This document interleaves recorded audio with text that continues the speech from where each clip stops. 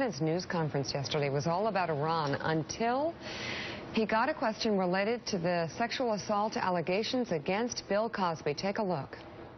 Would you revoke the Medal of Freedom from Bill Cosby? There's no precedent for revoking a medal. We don't have that mechanism. I'll say this. If you give a woman, or a man for that matter, without his or her knowledge, a drug, and then have sex with that person without consent, that's rape. Well, there you go. There you go. That's it for Bill Cosby. That's it. Yeah. Done. Yeah. End of story.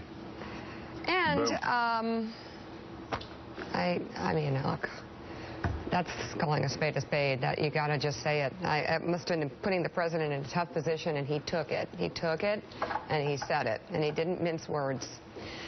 I mean, it must have been quiet as can be in there. April's going to join us later this morning, Joe, to talk about this. Yeah. But that was a moment. That was. And that was a moment in the room, and reports were out of the room that when she asked the question, there was just dead silence. Everybody froze, and they froze when he gave the answer, sort of like we did, because you're right. He called it like it was, and I think that puts an exclamation point on Bill Cosby's trial by public relations. He's lost it, and he's lost it for good. You know, and a lot of people have caught up in this are in a bad position, people close to him, people who obviously he is an icon, a national figure, a symbol, an example for so many African Americans especially. But, you know, I think Whoopi Goldberg and a lot of people who are good friends with him really came out in his defense because they know him so well. And sometimes it takes a view from 20,000 feet like that, literally, from the President of the United States to say, wait a minute, here's what we know, here's what he said, and if you do this, this is what it is. Sorry.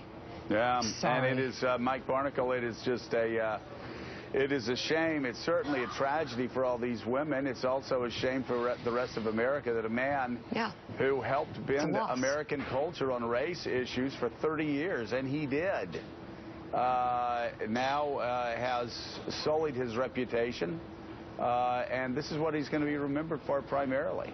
Yeah, this will be the first line of his obituary. There's no doubt about that. But yesterday was an affirmation for everyone, all the women who have charged Bill Cosby with doing what they allege he has done to them.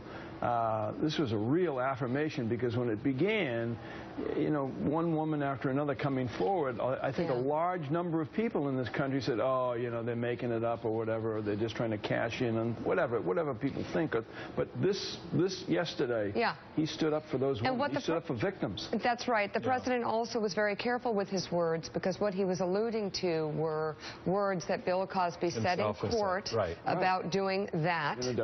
He's actually never been, you know, convicted of anything. Or charged. Never been charged. So there's still that, which is why friends of Cosby and people who are close with him want to hold on to that. I just think at some point you have to let go. But this is beyond damning at this point.